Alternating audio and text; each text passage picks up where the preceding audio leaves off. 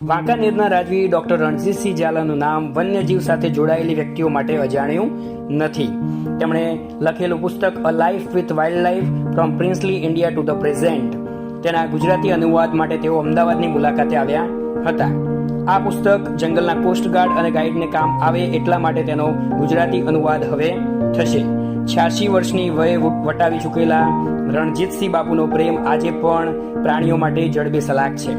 તેમના વિશે જોઈએ તો 1961માં ઇન્ડિયન એડમિનિસ્ટ્રેટિવ સર્વિસમાં જોડાયા. ત્યારબાદ 1973 થી 1975 સુધી વાઇલ્ડ લાઈફ પ્રિઝર્વેશનના ડાયરેક્ટર તરીકે સેવાઓ આપી. તેમણે ઘણા પુસ્તકો લખ્યા છે, પણ સૌથી મુખ્ય પ્રદાન તેમનું વાઇલ્ડ લાઈફ પ્રોટેક્શન એક્ટ 1972ના ડ્રાફ્ટ તૈયાર કરવાનું છે. વન્યજીવ ક્ષેત્રે પ્રદાન માટે 2014માં તેમને લાઈફ ટાઈમ એચિવમેન્ટ એવોર્ડ પણ મળેલો છે. આવા ન્યૂઝ માટે અમારી ચેનલને લાઈક કરો, સબસ્ક્રાઇબ કરો અને વધારેમાં વધારે શેર કરો.